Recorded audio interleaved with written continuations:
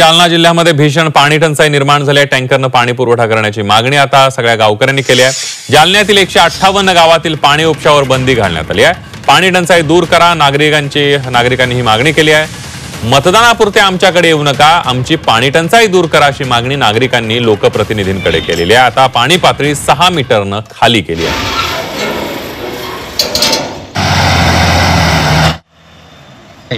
बदनापूर तालुक्यामध्ये फक्त 12 टँकर सुरू आहे।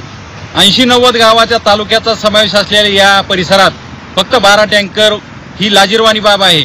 या भागात मोठ्या प्रमाणात पाणी टंचाई असल्याने माता माऊल्यांना, चिमुकल्यांना 2-2 किलोमीटर पर्यंत पायपीट करून डोक्यावर हंडे घेऊन पाणी आणावं लागतं।